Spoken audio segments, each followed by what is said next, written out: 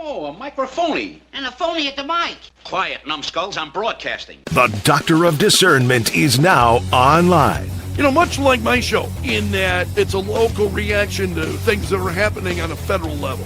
Dispensing a daily dose of common sense. No prescription required. Wow, do I have a boatload of stuff for you, from the crazy to the absurd. Let's start getting into it because, I mean, it is bizarro world out there. And I say, if it's obvious to me, should be obvious to everyone. Oh, wow. Who could have seen this coming? This is the Fourth Hour with Greg Belfrage. Hold on to your butts. Broadcasting from my basement bunker beneath Kello Radio. Welcome to the Fourth Hour. It's great to have you along. Really appreciate it. I want to let you know I will be gone tomorrow. I will be gone all of next week. I'm taking vacation over Christmas. So no Greg Belfrage show, no Fourth Hour tomorrow or next week. And then I will be back the following Monday, December. Is that 28th? I think it's Monday, December 28th is when I'll return. So I'll be back before year's end, but no Greg Belfrage show tomorrow, no, or next week. Just enjoying the Christmas holiday, and I'm already kind of starting to get into it. I'm looking forward to it. I've got some, I'm going to be seeing my youngest daughter tomorrow and looking forward to spending time with her. So I hope you have a very, very Merry Christmas. Great to have you along. Okay, the Miranda Devine's got a piece at the New York Post about the Vanity Fair interview with Susie Wiles. Now, I hate making a big deal about this because I talked about this a little bit on the air this morning. Ben Dominant had a piece this morning at the New York Post about it, as he's reflecting on it. And he's just saying, what a mistake by the Trump administration thinking that anybody in the legacy media is going to be friendly to the Trump administration. And that's kind of what we see. You know, we just don't see the legacy media. There's a hatred there, I think. I think there's a real hatred of the Trump administration throughout the legacy media. And Vanity Fair, really of all the publications, I don't know why they did the interview. But again, a lot of that is just, it's like, armchair quarterbacking. It's already happened. It's done. I think moving forward, I would hope that the administration stops doing a lot of these unfriendly interviews. One-on-ones where you really don't have control, you don't know what's going on. Why do them?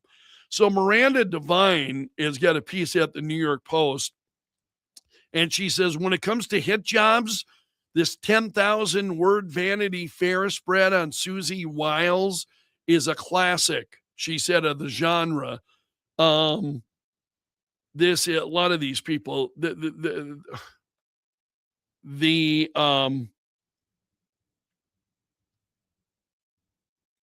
guy who wrote it, Chris Whipple, he's a veteran journalist.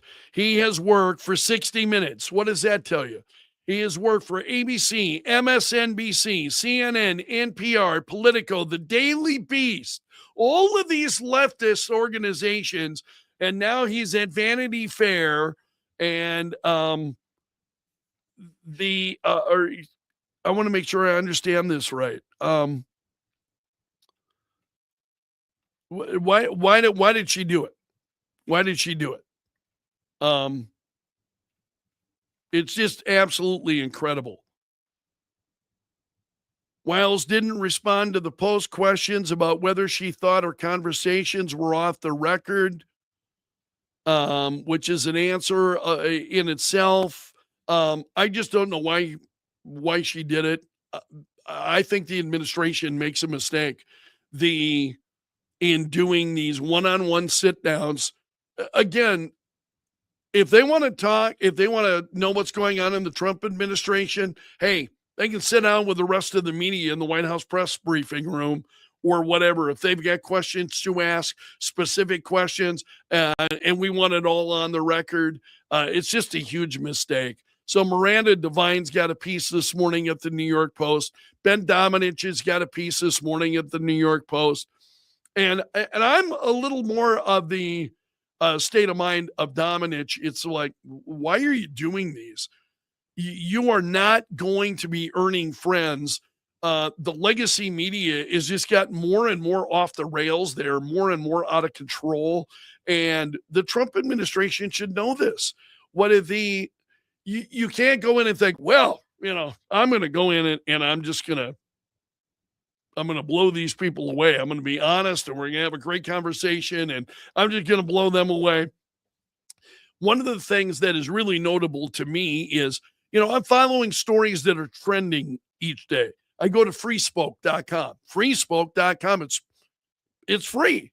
And I pay for some additional services at FreeSpoke because of the nature of the work that I do. But if you want to see news stories that are trending, FreeSpoke is a great place to go. It's an easy search. It'll be easy to find, and I use it a lot. One of the things I like about FreeSpoke is they show you, here's the headline and here's the story, and then underneath there will be like, it depends on the story, but many times there will be up to 9 different media outlets or more where the story is trending, and it will show you left, right, center, so I can go Fox News, center, or excuse me, right. I can go to New York Post, right, or most of them are left wing, ABC, NBC, CBS. MS now, any of this stuff on the left, and it tells you it's left, depending on what you're looking for. And so as I prepare the morning show, I use that and I try to, I use a blend. Here's what's being said, and here's my reaction to that, which is nonsense. But the point that I was trying to make is this Susie Wiles story, it's nowhere. It's not trending anywhere. It's nowhere. So it's just not resonating. And I wish some of and maybe you have to fault me as well. Why are the New York Post and other, why are we talking about it? I think we ought to just let it die on the vine. I think the left does this all the time. The media does this all the time. Media doesn't like a story. They just don't touch it. They'll let that thing die on the vine. The Hunter Biden laptop story was a great example. They didn't want to report on it. They go, well, we can't report on that, and this is what we've been told, and therefore, and we're not going to do any independent journalism. And in fact, then you'll remember Twitter at the time said, no, we won't even, the New York Post story about the Hunter Biden laptop. Yeah, that's misinformation. That story is not true. Well, now we know, of course, it was true. It was totally true. But they went out there. So this is the blueprint of how the media operates. I am honestly very surprised in some of the stories that the legacy media does not report on. I go, like, even this morning, I mentioned this, the president does the address last night. So he's addressing the nation, and he is talking about, the first year back in the White House. And so this first year of the Trump presidency, and here's what we've seen, and here's what we will see looking ahead. Here's what's coming up, all of that. And I was going to even more right-leaning outlets this morning, and you would see all of the banner stories that they're pushing. Okay, these are our big stories. This. And Trump speaking last night was nowhere in it. Nowhere to be found. New York Post had it, but even the New York Post, that was not the, top of the page, or, it's some Jeffrey Goldstein nonsense that was leading the New York Post this morning. And I went, really? Seriously? The president addressed the country last night. I would think that carries a little bit more weight than no. They just so even right wing, or right leaning media don't give a lot of these stories the attention that at least that I think it deserves. You know, Susie Wiles, that interview, honestly, I if it's not forgotten by this weekend, it sure as hell should be. And I don't know why Miranda Devine is somebody I really respect. I don't know why she's writing about it. I don't know why we're seeing all of this. Heard Clay and Buck talking about it yesterday, and Clay was, what a mistake. I think this is a huge mistake, and I totally disagree. So I listened to him, and I think he and Buck are really interesting. And I listened to it, and then I listened to Buck, and I tend to agree more with Buck, where I thought, well, what a non-issue, what a non-story. This is just okay. Yeah, it's a big. It's really, who's going to remember this? It's not a big deal. She shouldn't have done it. I think we can all, in retrospect, say, it was a mistake for her to have done this Vanity Fair interview. I hope the Trump administration, though, has learned something from this.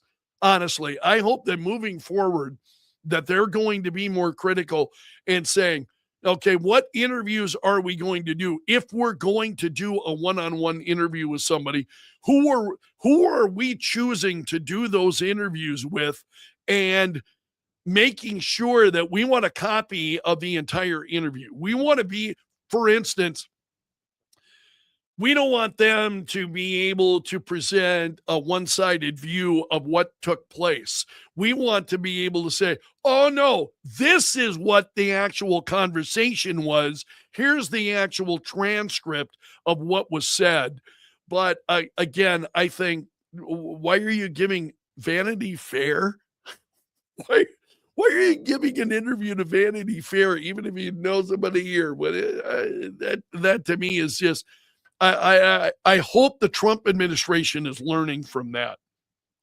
And I would just, they want to do these pieces, and we want to sit down and no, don't waste your time. What, you think the legacy media suddenly now they've turned over a new leaf, and they're going to trash the Trump administration, but not you? Or no, it's just way too much. I was trying to see if there was anything else. I don't think there's a lot of information beyond what I shared with you during the radio show this morning. I did want to give a shout out to the folks at Vance Thompson Vision, and I went to the eye doctor last week. I haven't seen an eye doctor in a long time. I have keratoconus in my left eye, and it really severely impacts my vision. If you don't know what keratoconus means, what it causes, it causes the cornea of your eye, it bulges. So it causes a kind of a bulge on the front of your cornea, and really distorts your vision. So if I were to look with my left eye, I mean, for instance, looking at my screen as to some of the comments here, I can see there are comments. I can't read them. Not with my left eye. With my right eye, I can, but my left eye is just, my vision is so bad. So I went and saw the eye doctor, and I'm like, this is something I really want to take care of. I've neglected my vision. I used to wear glasses, which were very effective for a while. My keratoconus got worse, and then I wore contacts for a short period of time. Problem was, cornea bulged so badly, I couldn't get the contact out of my left eye. I could get the right one in and out, no problem, but I could not get the contact lens out of my left eye. And so I just stopped. I haven't worn glasses. I haven't worn contacts now for a number of years.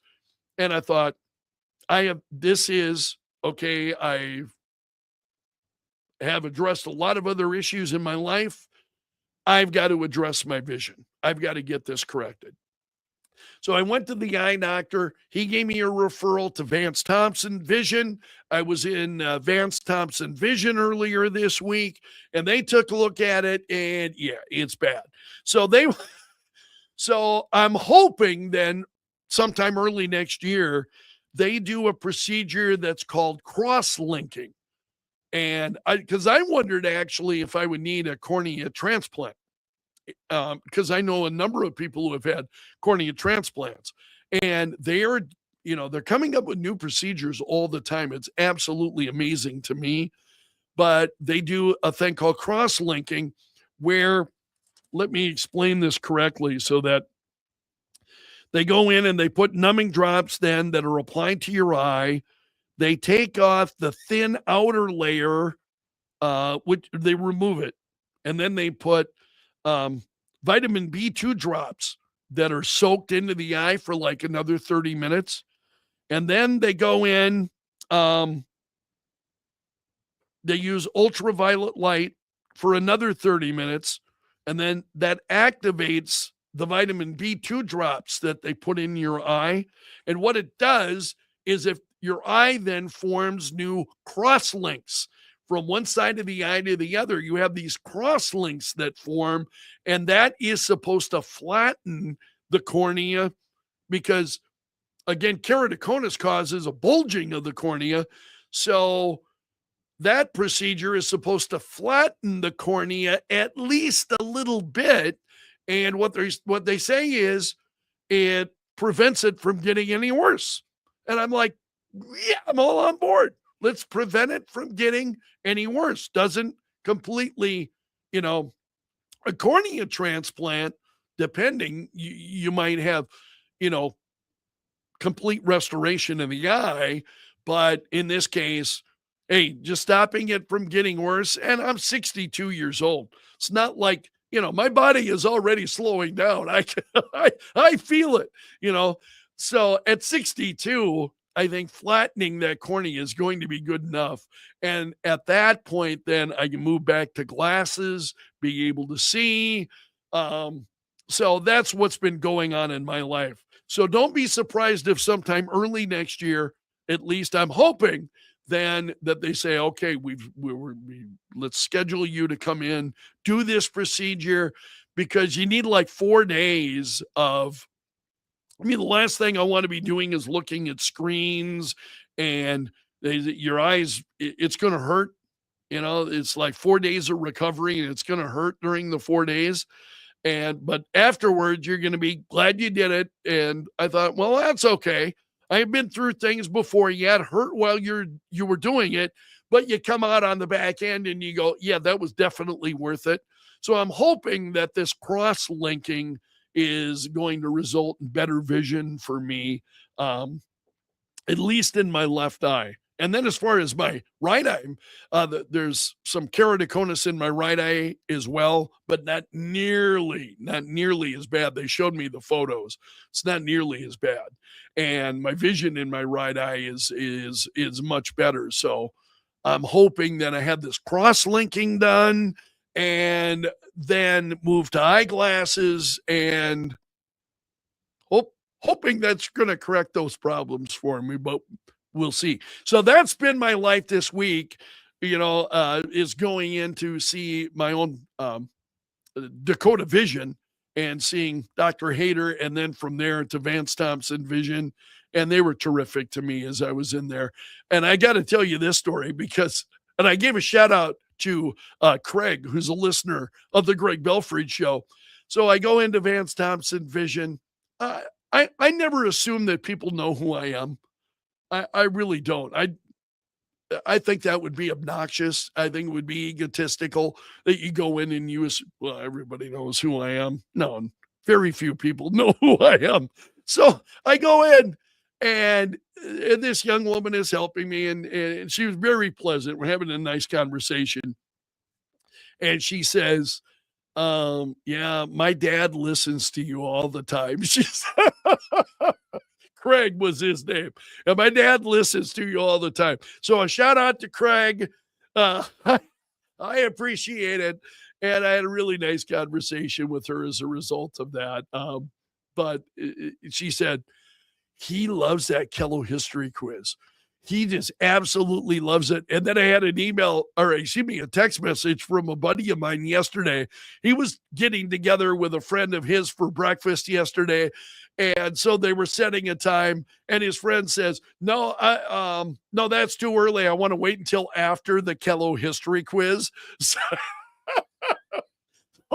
that history quiz is popular with folks, and which I appreciate. It's and I enjoy doing it. But I'm going to leave it there for today. I want to let you know I am on vacation starting tomorrow, and I'm gone all next week. So no Greg Belfrage show tomorrow or next week, and I will be back then the following Monday.